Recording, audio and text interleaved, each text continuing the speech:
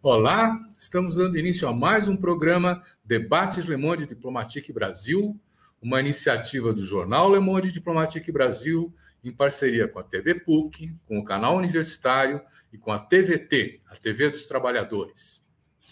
Vamos voltar hoje a um tema que vai se transformar num problema para nós daqui para frente.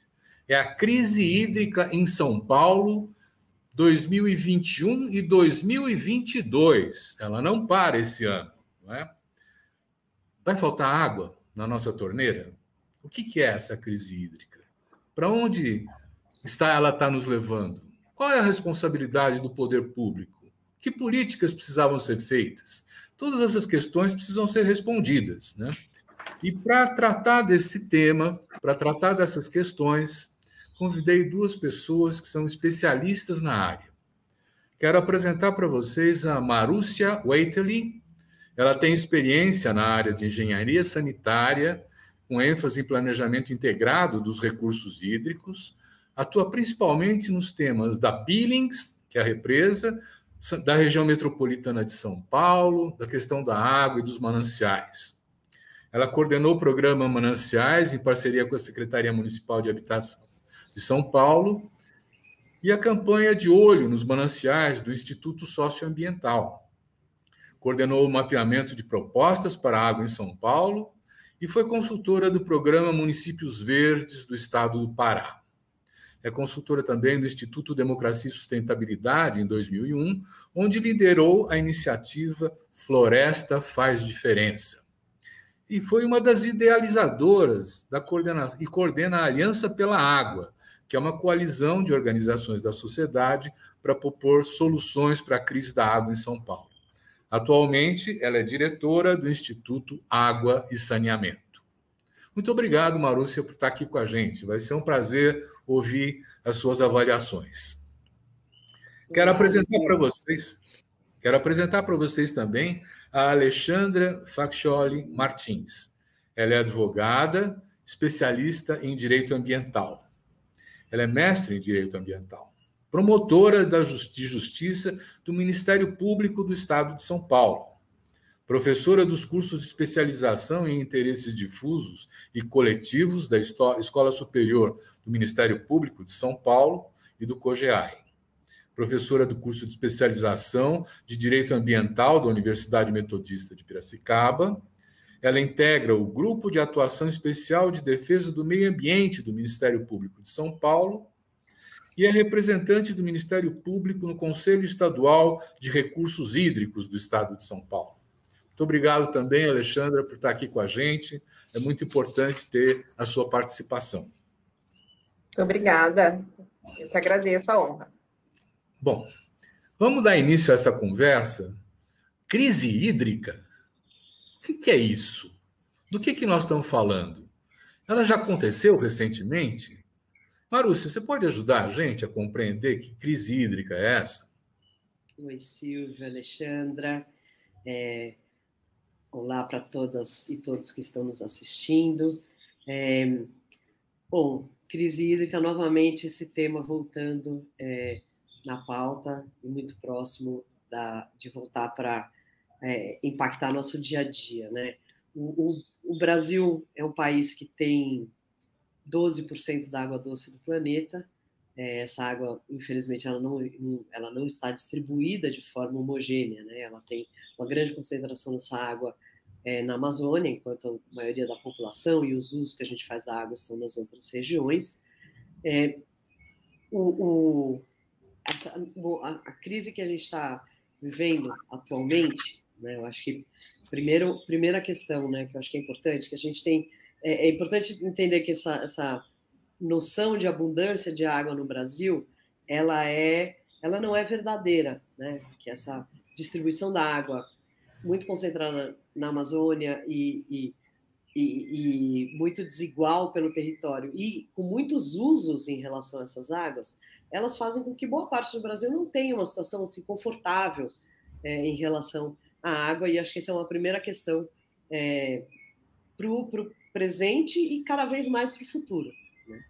Agora, em 2021, a gente ouve falar novamente de crise hídrica, esse tema ele começa a aparecer relacionado ao setor elétrico, e o setor elétrico no Brasil ele tem uma boa parte, né, da geração com base em reservatórios, principalmente concentrados na região centro-oeste, sudeste e sul, que coincide também, né, com uma região do nosso território que é meio o berço das águas, é o berço lugar onde nascem vários rios, uma região que vem sendo intensamente modificada pelos usos intensos, né, seja de agronegócio, queimada, irrigação, e a gente, esse ano, começa a ouvir a crise hídrica que se inicia relacionada ao setor elétrico. A meu ver, um bom entendimento é o seguinte: a gente tem um setor elétrico que começa a fazer uma gestão equivocada desses reservatórios, acho que equivocada no sentido de não olhar para questões que são cada vez mais importantes, que são os fenômenos climáticos globais, são os eventos climáticos extremos e os impactos que esse modelo atual, né, que nós estamos no Brasil, digamos assim, um modelo suicida de queimada, desmatamento, quanto isso impacta o ciclo virtuoso de água. Então, essa crise hídrica, a meu ver, a gente tem uma conjunção de fatores. Tem uma má gestão desses reservatórios, tem um evento global, né, de laninha, que tem um impacto, principalmente para a região sudeste e sul, o mar está mais frio, então diminui a quantidade de chuvas. Nós tivemos ano passado, não só temos nos últimos anos um aumento do desmatamento na Amazônia, e boa parte do sudeste, como é que chega a chuva aqui? Ou ela chega pelo Atlântico, então laninha segura, ou chega pelo que a gente chama dos rios voadores, que é a umidade que vem desde a Amazônia, né, e bate nos Andes, então ela volta para o continente e vai caminhando, né, vai voando, na verdade, desde a Amazônia até aqui o Sudeste.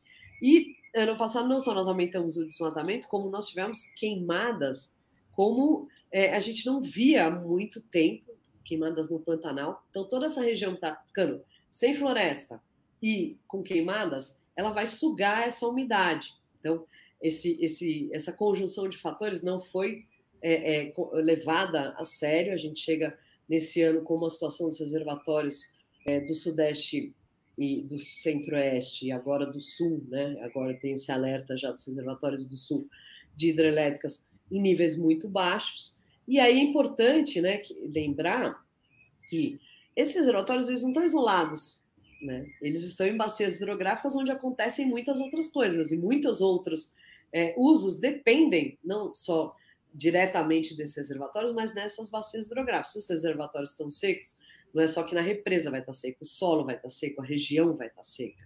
Então, essa crise, o setor elétrico, a crise hídrica, ela tende a escalar não só muito rápido, porque a gente está num período de estiagem muito intensa. A cidade de São Paulo está passando por uma onda de calor que nós chegamos aí a, sei lá, quase uma semana com índices de umidade abaixo de 30%, totalmente insalubres, voltando a índices de qualidade da água que não existia desde a década de 90, a qualidade do ar, né? E outras cidades. Então, as queimadas elas estão aumentando não só nessa escala maior, mas em escalas pontuais. Hoje a gente vê diversos pontos de queimada. Então, todo esse descontrole da agenda ambiental que vem acelerando com esse atual governo, a gente está pagando o preço. Então, essa conjunção de fatores ela ajuda com a redução de chuva, ajuda a ficar esse clima muito mais seco, muito mais quente. Esses reservatórios das hidrelétricas, eles estão baixando o nível, os usos, e aí a questão que eu acho que como é que essa crise vai chegar aonde, né? À medida que você está esvaziando esses reservatórios, então já tem um potencial aumento da crise que vai começar a usar mais os reservatórios do Nordeste. O São Francisco tem todo um esforço, né, do Comitê de São Francisco nos últimos anos de tentar sair daquele volume morto para conseguir chegar agora num volume de 40%. A gente não consegue mais recuperar os reservatórios para níveis acima de 60%. Então, nós vamos começar a secar o Nordeste, com todos os problemas que já existem lá. Essa sugar toda a água desses reservatórios, obviamente que todas as questões de energia são muito importantes, mas tem uma outra crise outras crises que vão ser desencadeadas, os usos relacionados aos usos múltiplos, que vão ter restrições, então irrigação, navegação, né, já tem aí a potencial paralisação da hidrovia Tietê-Paraná, e irrigação, por exemplo, pode começar a impactar a produção de comida, preço da comida, aumento da inflação, e acho que o outro ponto já para fechar essa introdução, também é importante lembrar que nessas regiões, né, no centro-oeste e sudeste, onde estão essas hidrelétricas, nós temos uma quantidade de população enorme e que, com certeza, essas bacias dos reservatórios, elas também estão os reservatórios estão em bacias que também os reservatórios e os mananciais utilizados para o abastecimento de água estarão impactados. Então, a gente tem uma tendência, e aí é o tempo que isso vai levar, né? E aí pode acontecer em velocidades diferentes nas diferentes regiões, mas um cenário muito provável para esse ano e início do próximo, se as previsões climáticas que estão dadas de um verão com, no máximo, chuva na média, a gente não recupera. Então, a gente já entra no ano que vem com menos água, que é o problema da seca, né? A seca, cada ano, te deixa com menos até que você não tem. Então, ela requer medidas preventivas de mais longo prazo. Então, o potencial escalada dessa crise hídrica, essa falta de água nos reservatórios, o quanto ela já vai se refletir nos outros usos, irrigação, produção de comida e nos usos de abastecimento urbano. E a gente, hoje, vê que esse é um risco muito grande. A gente tem experiências já, Curitiba, por exemplo, já está com racionamento há quase 2 anos, né? E imagina a conjunção de fatores: falta de luz, falta de água e falta de comida, né? Tá bom, chega, não quero mais saber. É isso, de introdução, acho que falando em termos grave. gerais. E aí a gente pode aproximar um pouco mais do estado de São Paulo, lembrando que a gente também tem em mente que não dá para ficar pensando que a crise só vai acontecer na hora que atingir a capital. A crise já está acontecendo em vários lugares. Marúcia, é impressionante esse quadro, né? Inclusive agora, por exemplo, na Argentina, no sul da Argentina, tem quase 2 metros de neve e uma temperatura de -20. Nós estamos chegando àquela situação dos extremos climáticos, né? Que não estava desse jeito antes.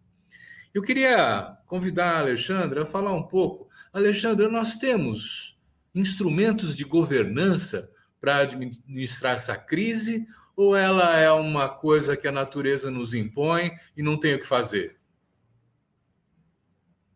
Obrigada, Silvio. Cumprimento também a Marúcia. Tem sido uma grande aliada na luta pela segurança hídrica.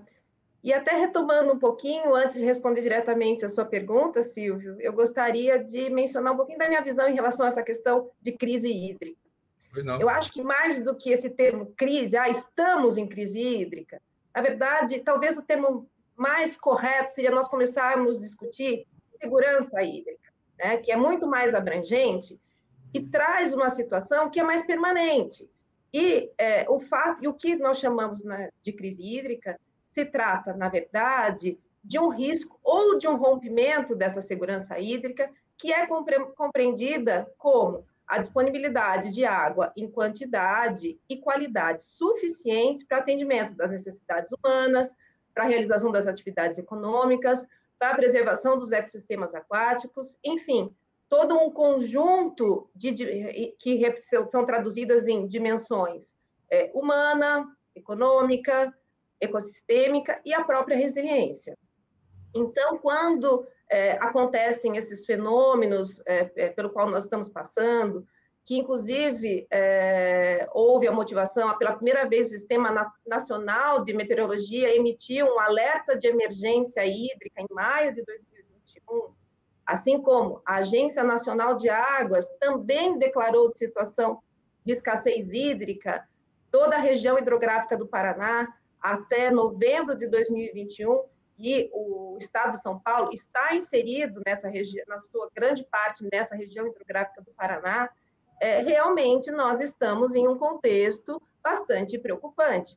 Então, eu acho que nós devemos deixar um pouco de lado essa discussão, porque hoje já existe um reconhecimento oficial pela Agência Nacional de Águas e Saneamento, que estamos numa situação de vulnerabilidade.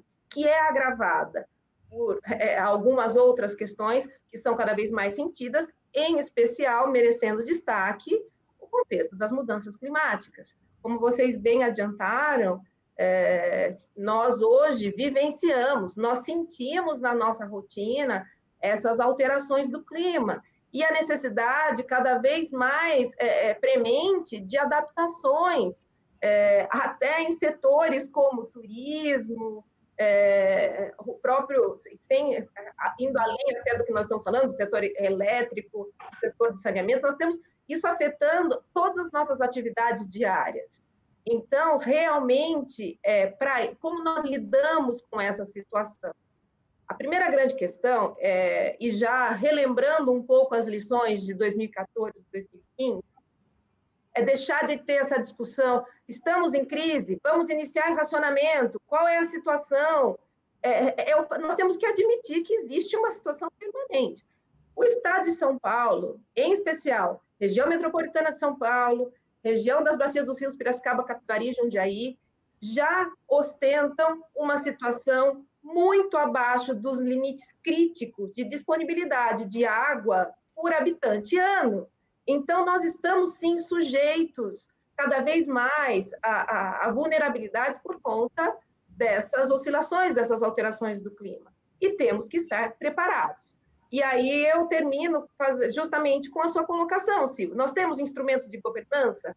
Temos, estamos aprimorando, mas precisamos ir muito além. Porque esse diálogo com a sociedade tem que ser permanente.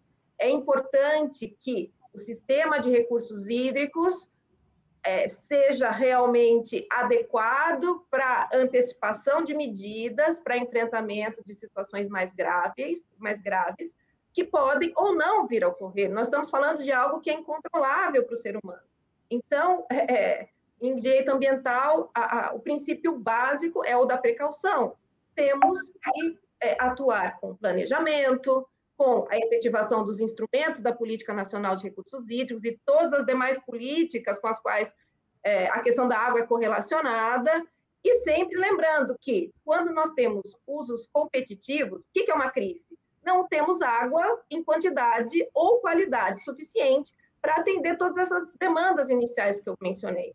Demandas de abastecimento, demandas da indústria, demanda da agricultura, da navegação, e também nós não podemos desconsiderar o que muitas vezes acontece, a questão, nós temos todo um ecossistema aquático e outro ambiental correlacionado que depende basicamente da água para a sobrevivência. Então, são lições que nós já cada vez estamos nos deparando.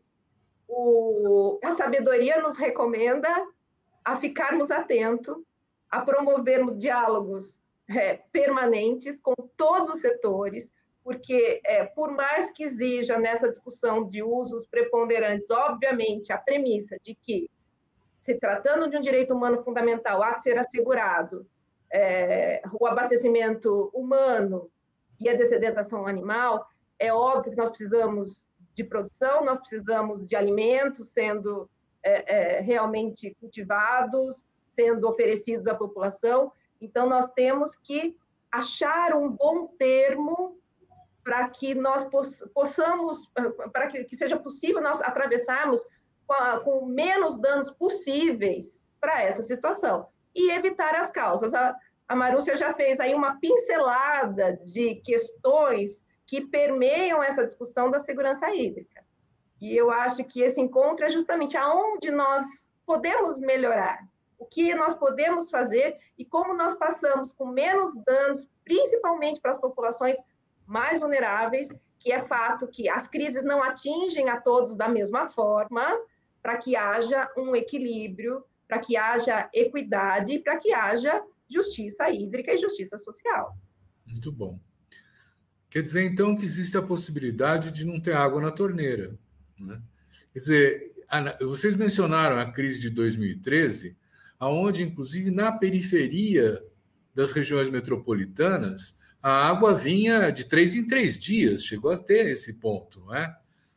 Marúcia, tem essa expectativa? Porque, de fato, quer dizer, se nós temos o governo que temos, né, a influência do setor econômico, por exemplo, dos ruralistas, essas coisas, ela deve ser mais forte do que a capacidade da cidadania de disputar a redistribuição do escasso produto da água.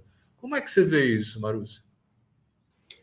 A gente vive tempos difíceis, mas acho que o Brasil ele tem aí já há vários anos, né, sistemas de governança de recursos hídricos, né, nossa legislação de recursos hídricos nacional, com uma agência como a ANA, né, e com vários estados implementando suas políticas, trabalhando a questão dos comitês de bacia, planos de bacia, alocação, né, é o espaço, né, de definir, diminuir esses conflitos, realizar as outorgas, usar melhor a água, fazer planos de bacia para recuperação, melhoria.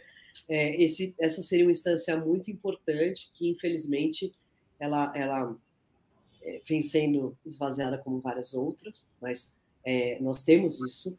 E acho que uma coisa que a Alexandra trouxe, antes de entrar nos cenários possíveis, né, que acho que um aprendizado importante da crise de abastecimento de água, né, porque acho que, primeiro, esse termo crise hídrica, dependendo do lugar que você olha, ele é uma crise permanente. Região metropolitana de São Paulo, Piracicaba, etc., quem vive uma crise permanente, porque não é só associar a crise hídrica à falta de água, porque a gente já tem problemas seríssimos de qualidade, de conflito de uso, já são crises, são lugares que já têm estresse hídrico elevado. Né? O que nós estamos hoje numa escalada para uma situação de emergência. Acho que um primeiro aprendizado da situação que começou em 2013, você falou correto, começa o quê em 2013? Começa a ter uma diminuição das chuvas. A crise de abastecimento acontece em 2014, então é um tempo entre a crise hídrica, entre a situação nas represas e a falta de chuvas, o impacto dela. Então não é agora, eu acho que a gente ainda tem um período, nós estamos no período de estiagem aqui no Sudeste, temos um período de chuvas. Infelizmente, os cenários CEMADEM, internacionais, etc., estão dando, no máximo, chuvas na média. Não foi o que aconteceu no verão desse ano. O verão desse ano já teve um regime muito abaixo e um regime que está mudando no Sudeste, no estado de São Paulo. A gente tinha o mês de outubro como início das chuvas, esse não é mais, é novembro. Tinha chuvas mais distribuídas ao longo do mês, o que a gente tem visto assim, é uma chuva com muita água em alguns dias do mês e o resto seco. Isso não enche reservatório, isso não faz recarga de aquífero, isso não recompõe os lençóis freáticos, porque essa chuva, no verão, inclusive, vai evaporar essa água. Né? E se as bacias hidrográficas estão mal cuidadas, estão com muito solo exposto, essa água vai escoar pela superfície. Então, os reservatórios, eles são uma fonte de perda de água muito grande, como a Agência Nacional de Água já vem mostrando. Então, acho que a gente tem que pensar que a gente está numa situação de emergência, porque num contexto de incerteza em relação à previsão, num contexto de aumento em intensidade e frequência de eventos climáticos extremos, de descontrole de uma série de processos que resultam, né, em queimada, em desmatamento. Ou seja, a gente tem essa conjunção, ela está dada. Né? Então, eu acho que, obviamente, que a gente pode olhar e falar, não, a gente precisa reconstruir o sistema de recursos hídricos, precisa mudar essa trajetória suicida, etc. Mas agora, eu acho que o que nós temos é entender que existe uma situação de emergência e como aprendizado, segundo aprendizado importante, quanto antes a gente começar a agir, melhor. Agir durante a emergência é um caos, como foi em 2014 e 2015, que chegou em volume morto, que ninguém sabia nada, faltava água na casa das pessoas, não tinha informação. Então, a gente deveria... que assim, né, o problema é não aprender com o erro estupidez, né? Então, a gente já teve no passado uma coisa muito recente, e é muito recente, né? A gente está falando o quê? De 5 anos, 6 anos, né? E essa situação, ela pode escalar, já existem vários municípios do estado de São Paulo que estão com racionamento, tá? Municípios que não são esses da região metropolitana, municípios que não necessariamente são atendidos pela Sabesp. É importante, olhando, né, para o estado de São Paulo, que estado de São Paulo tem 645 municípios. Um pouco mais da metade deles são atendidos pela Sabesp, a outra metade são atendidos por prestadores municipais, por privados, pelas próprias prefeituras. Alguns têm represas, outros têm águas subterrâneas, né? E quando nós estamos falando de uma diminuição, uma perda de volume dos reservatórios, não é só que a represa está seca, todo o solo no entorno está seco. Então, também vai abaixar o nível da água subterrânea e é uma reserva fundamental que a gente não pode ficar usando de forma indiscriminada. Então, a solução é vamos furar mais poço. Nem sabemos se a gente tem, de fato, aquela água, né? E os impactos disso no futuro. Então, acho que essa situação ela já está dada em alguns municípios do estado. Nós estamos ainda... tem aí no mês de setembro e outubro, provavelmente sem chuvas. O que está acontecendo é que a gente está vivendo uma onda de calor muito forte, então não é só que está no inverno, que não chove. A gente está vivendo baixa umidade, isso evapora mais ainda os reservatórios, né? Seca mais o solo, então fica mais difícil da chuva que vier até ela começar a encher represa de novo, que foi o que a gente vivenciou em 2016, quando voltou a chover. Que foi a demora, né, para recompor os reservatórios. E desde então, não é que os reservatórios, principalmente o sistema Cantareira, não é que ele voltou a ter aquela quantidade de água que a gente via na década passada, né? Você chegou a 60, se eu não me engano, a Alexandra pode até saber melhor que eu. Então, não é que a gente está conseguindo, cada vez, cada onda dessa emergência, a gente não está conseguindo se adaptar de uma forma virtuosa, né? E acho que isso é cada vez mais urgente. A gente precisa agora olhar para o cenário, não ficar apostando que vai se repetir o que era no passado, que vai chover. Uhum. A gente tem que trabalhar com o pior cenário e, se não se concretizar, a gente celebra, né? E a gente fica mais resiliente para a próxima, porque, infelizmente, essa é a tendência, né? Nós estamos vendo isso não só no Brasil, nós estamos vendo no mundo todo, com impactos, ondas de calor, com alguns lugares batendo temperaturas de 50 graus. Essa não é uma questão só do Brasil, mas é uma questão muito triste para o Brasil, né? Que era esse país cheio das águas, o país das águas, e a gente está transformando ele num deserto. Muito bom. E só uma coisa que eu acho que é super importante, que acho que ainda fechando só dos aprendizados, que tem o seguinte: um aprendizado da crise, e acho que a Alexandra trouxe essa questão da segurança hídrica. Segurança hídrica é um termo relativamente novo, e ele tem uma coisa curiosa, que segurança hídrica depende de quem fala, né? Porque segurança hídrica, se você for olhar um prestador de serviço, você vai falar, não, eu tenho bastante água para distribuir.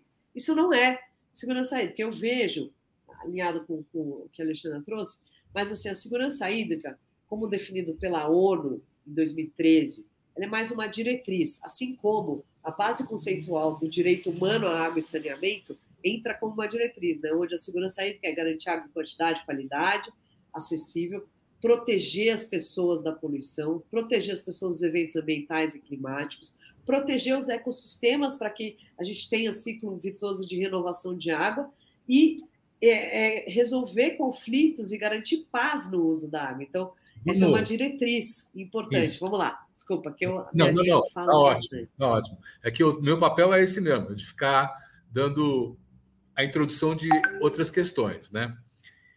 Eu vou aproveitar a presença da nossa especialista em direito ambiental, né? Que a pergunta é a seguinte: nós tivemos um novo marco de saneamento aprovado no ano passado, né?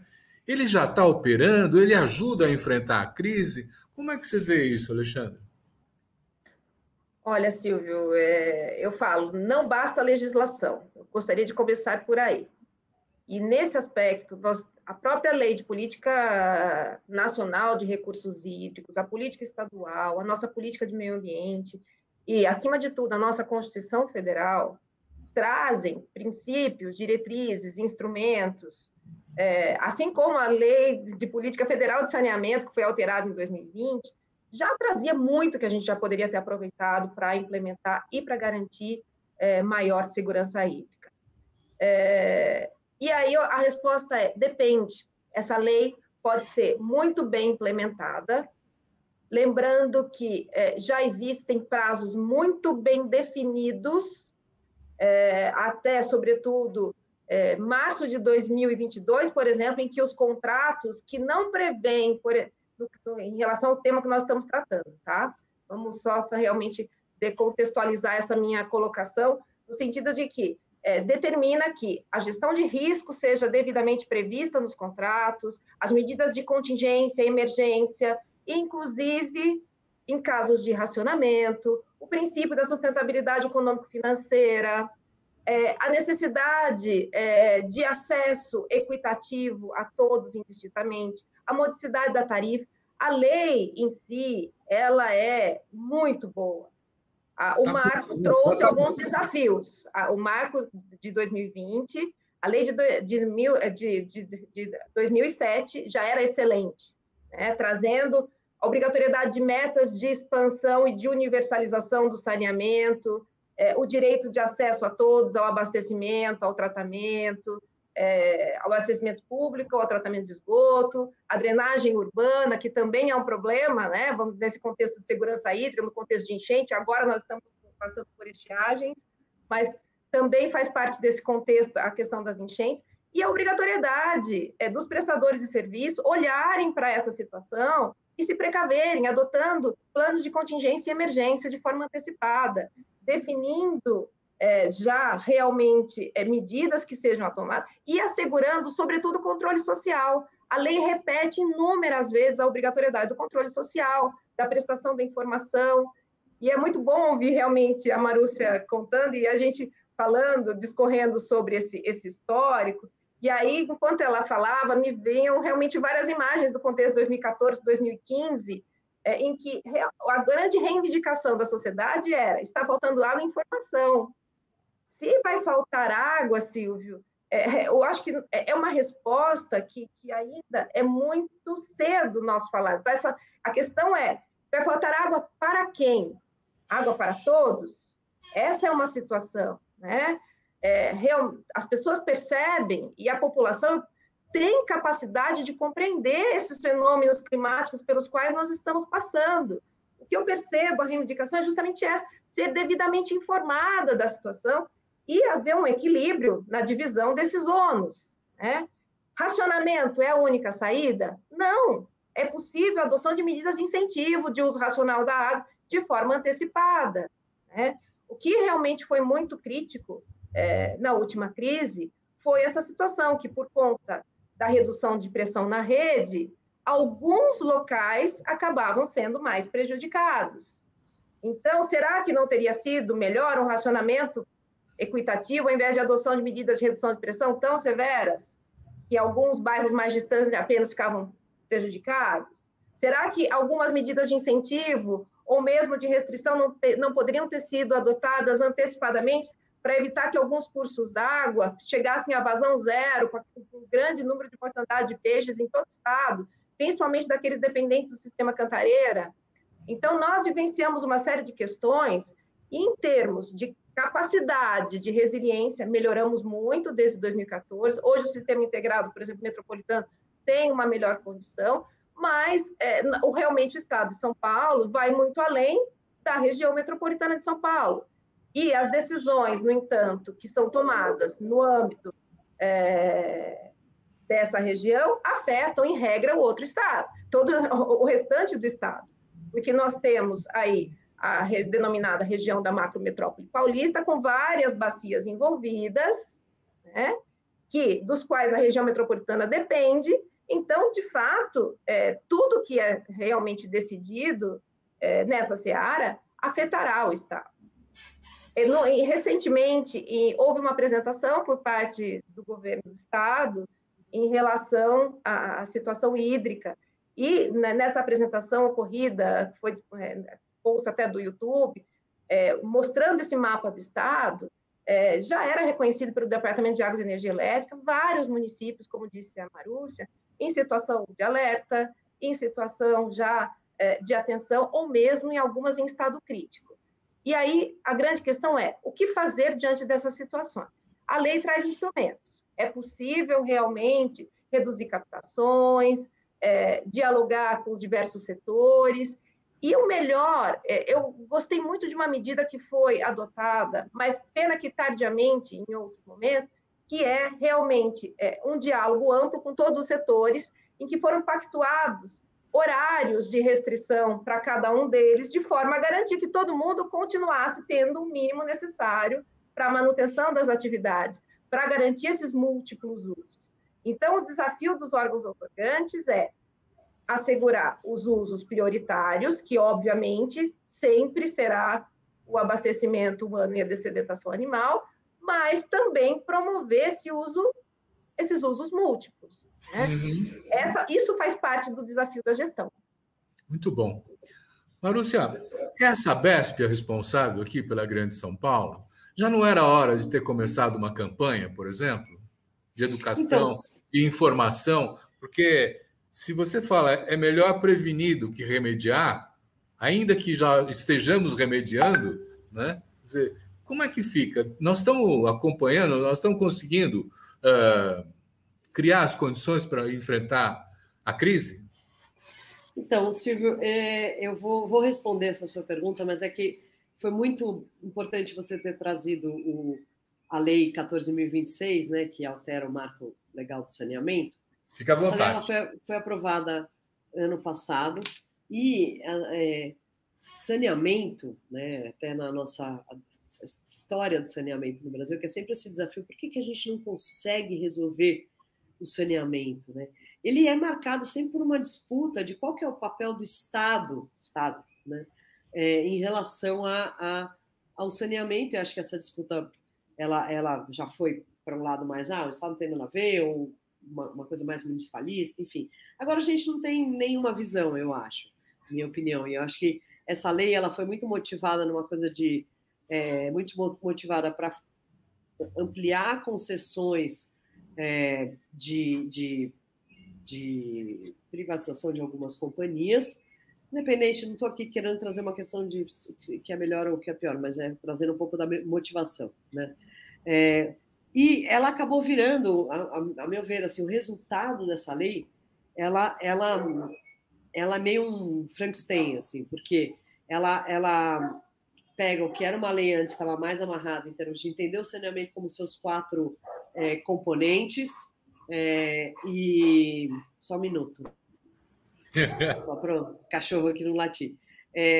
Ela tentava começar a organizar, imagina, a gente, assim como diferentemente do que a gente tem com recursos hídricos, a gente nunca teve uma política nacional, um sistema nacional com meio ambiente, com saúde. A gente não tem um sistema nacional de saneamento onde as atribuições dos municípios, do Estado, da União estejam claramente definidas. Isso tem até a ver com a nossa trajetória. Planasa na década de 70, durante a ditadura que cria, né, as companhias estaduais de cima para baixo, e eu acho que a gente, né, com essa nova lei, a gente volta a olhar só para água e esgoto, deixa essa dimensão de planejamento, né, porque nós estamos falando da gestão de um serviço público, e a gestão de serviço público ela tem um responsável por isso, e esse responsável tem responsabilidades em relação às funções. Então, esse responsável que a gente chama de titular, né, ele é o município de uma forma isolada ou compartilhada com outros municípios, ou compartilhada até mesmo com o Estado. Isso é um avanço que a gente tem nesses últimos anos, que essa lei, de certa forma, deixa consagrado isso, né, que esse reconhecimento da titularidade comum ou titularidade local ou compartilhada sobre o saneamento, e cabe a esses titulares, na gestão do serviço público, fazer o planejamento e garantir o controle social. Dentro do planejamento, na lei anterior, um dos aspectos era os planos municipais de saneamento ou dessas regiões deveriam ser atualizados a cada 4 anos, e um dos componentes era prever medidas de emergência e contingência para situações de racionamento, que é importante, assim, a outorga da água, ela é do sistema de recursos hídricos. Depois da outorga, a gente tem o sistema de saneamento, e ele é todo confuso. Então, você perguntou quem que manda na água, quem que decide sobre racionamento, né? Isso. E acho que aí esse é um vácuo, é uma lacuna importante, porque a nova lei ela traz, eu acho, é um avanço, que ela entende que o saneamento é um setor, assim como outros, de infraestrutura e serviços públicos, que precisa ter regulação. Não é viável ter uma regulação federal, como tem para o setor elétrico, para o saneamento, até pela diversidade de situações que existem no Brasil, né? Mas o setor de regulação, ele realmente andou muito pouco. A gente tem ainda muitos municípios sem nenhuma regulação, e algumas agências é muito desigual. Então, aí a gente trouxe a Agência Nacional de Águas, que tem uma trajetória importante, né, de trabalhar de forma descentralizada, participativa, de construir as políticas estaduais, traz a Agência de Águas com essa atribuição de criar normas de referência para saneamento. E, ao mesmo tempo, tem aí os estados criando as suas leis regionais, enfim, é um assunto que a gente podia fazer um programa só disso, porque é bem complexo. Mas tem toda, assim, esses prazos da lei, a gente tem agora, nesse momento, 1 ano e pouco da lei. Algumas coisas avançaram, outras coisas ficaram bem atrasadas. Os estados, uma boa parte deles, criaram leis estaduais para criar unidade de gestão do serviço de saneamento, algumas muito problemáticas, como no caso de São Paulo. Só que as normas de referência que poderiam resolver lacunas, porque você cria uma unidade regional, até você criar a instância de governança e fazer o plano, já acabou a água, já acabou tudo, né? E uma coisa que seria muito importante, eu acho que essa é uma mobilização e um ponto de atenção fundamental para esse momento, que assim, a Agência Nacional de Águas tem uma agenda de normas de referência, ela fez uma consulta pública no passado, nós conseguimos fazer uma mobilização da sociedade para inserir no cronograma do primeiro biênio de normas, definir normas de referência para contingência e emergência, inclusive racionamento. Por quê? Exatamente para evitar isso. Não é a Sabesp que deve determinar racionamento, como aconteceu na crise passada. Não caberia ao prestador, caberia ao regulador, ouvindo e vendo o que está no plano de saneamento daquela região. Mas isso tudo não existe na prática, né? E para a gente não ter esse tipo de coisa que fica a companhia, no caso, na crise de abastecimento de água em São Paulo, foi a Sabesp, que definiu as medidas, primeiro o bônus, depois uma medida de multa que teve um impacto muito forte, e que ela teve um resultado que eu acho que é pouco falado, que assim, a multa ficou tão cara que ficou mais barato para vários setores, de várias faixas de setores da sociedade, fizeram medidas para aumentar a sua segurança de água. Então, desde parcelar a caixa d'água em 48 vezes até shoppings que fizeram todo um sistema de reuso gigante para usar. Isso manteve o consumo, a necessidade de água para a região metropolitana menor. Mas aquela crise foi um monte de atrapalhada, porque ninguém não tinha essa transparência, a gente teve que requerer muitas vezes o apoio do Ministério Público para exigir que a Sabesp divulgasse. Você imagina você trabalhando o dia inteiro, agora muita gente já está na rua, mas tem muita gente ainda com o privilégio de poder trabalhar em casa, mas você chega em casa à noite, você não tem água para lavar suas roupas, dar comida para as crianças, enfim. É um transtorno na vida, e fora os riscos para a saúde que foram comprovados, como, por exemplo, as pessoas começaram a armazenar água e, na sequência, a gente tem uma enorme epidemia de dengue, né? Então, tem essas correlações que não caberia ao prestador de serviço. Então, acho que essa, talvez assim como uma medida muito importante, começar a discutir e aí trazer o setor de saneamento para parar de olhar só para as concessões, os investimentos milionários, para um problema que está aqui agora, que é como esse novo saneamento se pretende no Brasil vai se adaptar ao que é o saneamento no século XXI, que é usar melhor a água, é ser mais circular, mais eficiente, mais próximo do seu consumidor e trabalhando de uma forma mais inteligente e eficiente. Sabe, não deixando isso daí, o problema é que lá na frente eu vou resolver a perda. É agora, é ano que vem. Fazer uma complementação, uma parte, antes de até nós entrarmos em outro assunto, se me permite, Silvio? Claro.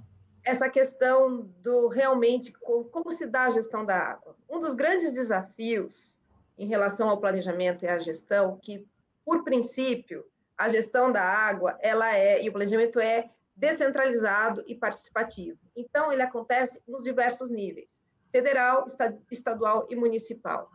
Não bastasse isso, nós temos órgãos específicos que cuidam da quantidade, órgãos que cuidam da qualidade, órgãos que cuidam da água tratada, que é servida à população para consumo humano, no abastecimento público, que são os órgãos de saúde.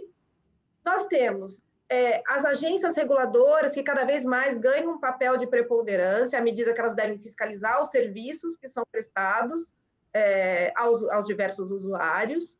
Só que nós temos o problema da falta de tradição, realmente, dessa regulação no país, o que é fundamental diante dessas novas concessões que devem vir, sobretudo depois desse marco de 2020, e o desafio de buscar espaços de articulação permanentes para realmente encontrar caminhos que garantam essa segurança hídrica. O fato é que, no entanto, isso acaba sendo bastante complexo por conta dessa fragmentação. Então, nós temos, nesse sistema, eu gostaria de dar um destaque muito importante para os comitês de bacias. Os comitês de bacias hidrográficas, que muita gente ainda não conhece o papel, a grande gama de atribuições, é aí que nasce, sobretudo, o planejamento em cada uma das bacias hidrográficas. E com outros instrumentos, como, por exemplo, a cobrança, são gerados recursos para serem aplicados na própria bacia hidrográfica e para a realização desse conjunto de medidas que são necessárias, né, em relação à questão da recuperação dos nossos mananciais, em relação ao monitoramento da qualidade da água, a adoção de medidas de uso racional, a questão de outras alternativas que garantam metas claras para a universalização do saneamento, ou mesmo para a redução de perdas. Então, o comitê tem toda uma grande gama de possibilidades, até em termos de definição de prioridades, de uso, isso por força realmente da própria legislação federal e estadual. Então, só que nós precisamos fortalecer esses espaços. Esses espaços que são denominados de Parlamento das Águas, nós temos a presença do poder público, dos usuários e da sociedade civil. Tem sido um trabalho muito árduo trazer e realmente motivar cada vez mais a sociedade civil a ocupar esses espaços, porque realmente, se isso não acontecer, existe já ali na origem uma dificuldade da sociedade ser ouvida.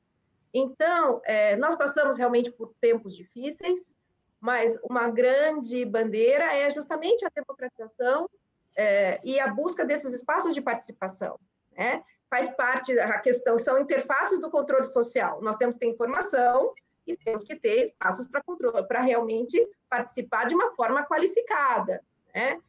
Então, assim, o Ministério Público não subir. Muitas vezes as pessoas dizem, o que o Ministério Público vai fazer diante de tal situação? Não, o Ministério Público ele tem um papel muito relevante, sobretudo na discussão e na concretização desses processos democráticos. No entanto, a sociedade também deve cada vez mais buscar a concretização e ocupar. Nós temos vários locais e várias situações em que vagas acabam não sendo preenchidas. E aí nós temos aí esse trabalho brilhante que foi feito pela Aliança pela Água, com a coordenação da Marúcia, tem como, né, na época, com mais de 50 entidades discutindo. Isso, nós víamos assim, né, é a grande oportunidade disso ser concretizado dentro do âmbito dos comitês, dos conselhos municipais, nas diversas esferas, nos conselhos estaduais, nos conselhos federais, porque por mais que os momentos sejam, às vezes, difíceis, eles vão passar. E a transformação, nós acreditamos, vem da sociedade, não vem de cima, né? Vai ter sempre realmente essa consciência, né? E a busca dessa cooperação, né? Entendendo, e assim, nos despindo um pouco, é muito fácil dialogar com quem pensa da mesma forma que a gente, né? O difícil é ouvir o outro, ouvir o que realmente é difícil para cada um dos segmentos e buscar um eixo comum. Qual é o caminho do meio? Deixa eu entrar agora, que eu preciso entrar. Muito obrigado. Olha, é tão interessante e é tão complexo esse tema que nós já estamos esgotando o nosso tempo, né? Então, eu queria pedir a vocês, a cada uma de vocês, que usasse 1 minuto para fazer uma recomendação aos órgãos públicos de como devem se posicionar nessa crise. Pode ser. Bom, vamos lá, em 1 minuto. Eu acho que, assim, nos próximos meses, a gente vai começar a ver realmente a crise, a situação dos reservatórios piorar. Acho que é fundamental, né, que a gente comece a discutir, primeiro, acho que seria importante no âmbito da Agência Nacional de Águas, até porque ela é um espaço, como a Alexandra falou, né, para trazer os diferentes, para construir diálogo, ela tem essa trajetória, a gente começar a discutir o que quer dizer medida de contingência e emergência com bastante antecedência, né, que essas medidas fossem discutidas usando como diretrizes segurança hídrica, direito humano, uso, de certa forma, mais justo da água, né? E aprendizados das crises, seja da crise hídrica, seja da crise sanitária, onde, com certeza, o que a gente vê é que quem já vive de forma menos favorecida acaba sendo mais impactado. Então, é a gente conseguir começar a construir isso desde já, para que até o final da estiagem nós estejamos mais preparados para acompanhar de forma responsável e realista o que vai acontecer no verão. Porque não dá mais para trabalhar, vai chover no verão. Não. E se não for chover, a gente já tem que ir agindo a cada dia. Então, essa seria a minha recomendação. E agradecer demais, Silvio, pelo convite. Alexandra, sempre um prazer. É isso. E ao pessoal que está assistindo também, muito obrigada. Maravilha. Alexandra. Bom, em algumas poucas palavras, mas trazendo aí toda uma gama de conceitos, o que eu entendo como grande desafio e uma recomendação aos diversos poderes. Primeiro, eu acho que é superar políticas de improviso, fazer gestão de risco, buscar a integração de políticas públicas, compreendendo, sobretudo na questão da água, que existe um ciclo hidrológico, que nós temos que considerar todos esses componentes para garantir esse conceito macro de segurança hídrica. E, acima de tudo, transparência e governança. Eu acho que somente dessa forma as pessoas compreendem, passam a fazer parte da tomada de decisões e, colaborando, contribuindo com isso, eu acho que nós temos chances de fazer mais e melhor, porque certamente, nesse contexto de que nós, sobretudo das mudanças climáticas, da necessidade de adaptações cada vez mais evidente, certamente essa não será a última e nós teremos que estar num espírito de cooperação imbuídos de busca cada vez mais frequente por melhores soluções. Muito bom. Olha, eu quero agradecer muito a Marúcia Waitley e a Alexandra Faccioli Martins pela rica apresentação que vocês fizeram de um cenário preocupante, não é? Agradecer também a você que está nos acompanhando e dizer que semana que vem tem mais. Obrigada.